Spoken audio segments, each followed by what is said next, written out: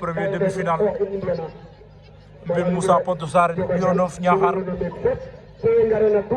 demi-finale sok ñaari daanaan ñaari technicien ñaari bërekat Lion of Niakhar Mbine Moussa Pointe demi-finale poids léger lambu ngooj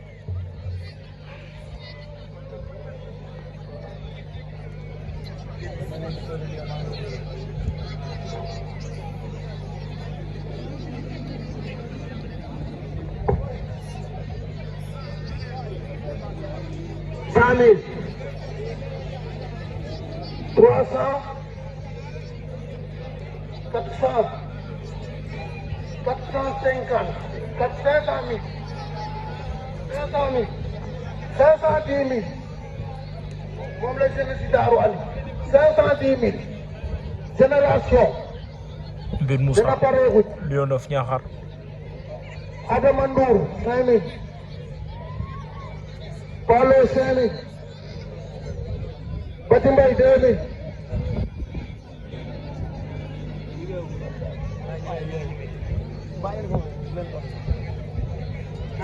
jërëjëf Bati Mbaye 2 000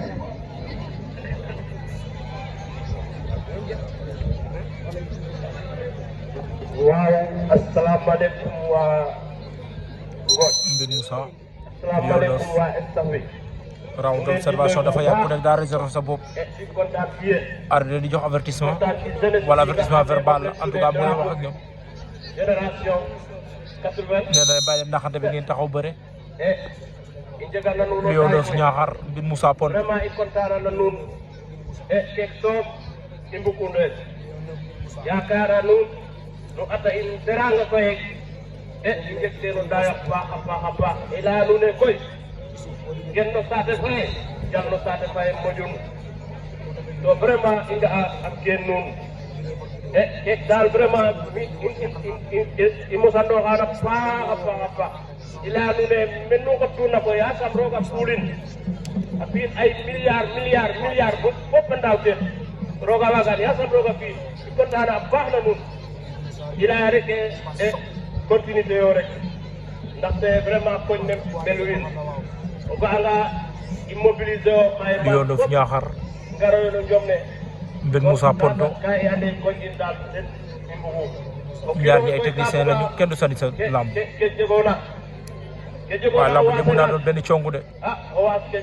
jegoona ku ci njëkk a jàpp mu jeex kon koy in koñ in ne Darou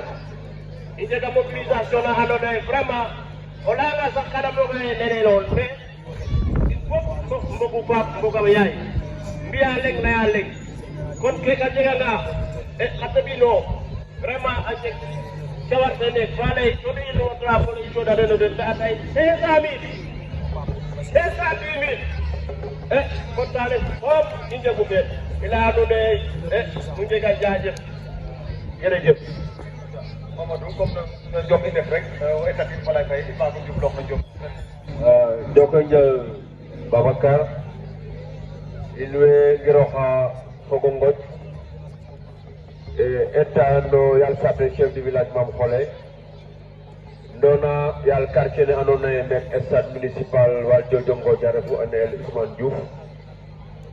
simna président comité de lutte monsieur Ngom Mbaye gana Thiomby fo collaborateur um simna table technique superviseur monsieur Fam simna gagawlu town major Palo mais simna aussi la grande dame Adama Ndour quartier ne Mamadou Baro président du conseil de quartier Mbine Moussa jël avertissement Lion of jël avertissement dañoo séddoo avertissement yi président comité d'organisation nekk no comité de lutte de Darou Babou koy xam leen o tenu ndig rek 2 minutes no jom i ndef mais délégation ne ketela na jom na xaju fa wiin we mbaxtaana teranga neexeke a refa ref un promoteur xa andoona yee o koƴ fop a andan na keenum no développement Babou daye rek no koñum mais xaye saate fe Ngoj wala commune de Diam ku na seemen na paax rek o ɓayo xaam taaga kon Babacar joka njal fo we waxoona fop yaam it a nanga ne'el we waxoona taxu kon we waxoona it a jegayo joka njal makodu joko njal nun fop xam genoxo ndik koy no génération ne andoona yee den ngenoxu men xaye 5 minutes 15 secondes de combat cong amagul dara amagul dañuy mi-temps dañuy daan def ñëwaat Leonov Moussa Ponto ñu mun ko lim comme ko nga xamante ne monsieur le maire dem nañu pause ñëwaat fii mais yëpp leen nag ki nga xamante ne tey abi dafa soufflé Leonov yooru jël ko Adama boobu la waaye mbir Moussa da kaa bloqué tey Aliou Diagne nga xamante ni moom aussi mbir Moussa ñëw na fii depuis wala bu ñu commencé ñu ngi koy gërëm di ko sant suñu mag suñu xarit nekk suñu genwal aussi Ibrahima Diop jiite mouvement Makas gis ngeen ko yegg si na léegi jóge Ndakaaru wàcc bi ci nga xamante ni doonte sax tey am na fu ko yàlla teg aussi mais quartier Daaru foofu lay yeewoo mu bokk ci lamb ji loolu moo ko indi fii ci lamb ji mais jëluñ ko sax pour soutien buñ ko jox wala mais dafa bokk ci lamb ji loolu moo ko fii di maa ngi jóglu bu baax kàddu yi kontaan naa bu baax ngeen ne monsieur le maire sant nañ ko Aliou Diagne sant nañ ko Ibrahima Diouf sant nañ ko jërëjëf merci beaucoup. mbir Moussa Leonov mbir Moussa yooru na am na ngemb ca ginnaaw da kay takk takk na ko da koy ŋóobu mbaa du la zongole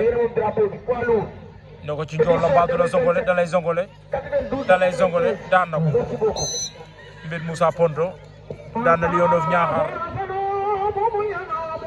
njool la dañoo mën a bëre